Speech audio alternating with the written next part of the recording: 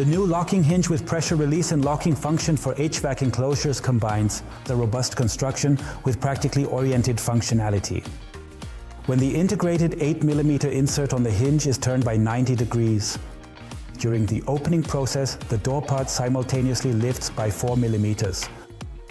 This ensures pressure equalization between the enclosure and the environment. Only after another 90 degrees turn does the latch open completely, and the door can be unhinged easily and safely. The hinge is made of glass fiber reinforced polyamide, is flame retardant and meets the fire protection class UL 94V0. This also makes it ideal for safety-critical applications. Thanks to the 2D adjustability of plus or minus 2mm each, the door can be aligned exactly, both horizontally and vertically, for a perfect fit during installation.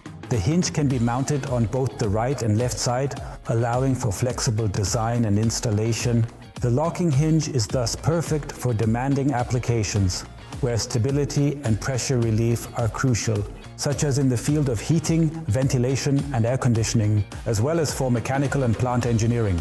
More information on this hinge and other products from the field of heating, ventilation and air conditioning can be found at DIRAK.com. Please feel free to contact us. Together we develop solutions that meet your specific requirements 100%.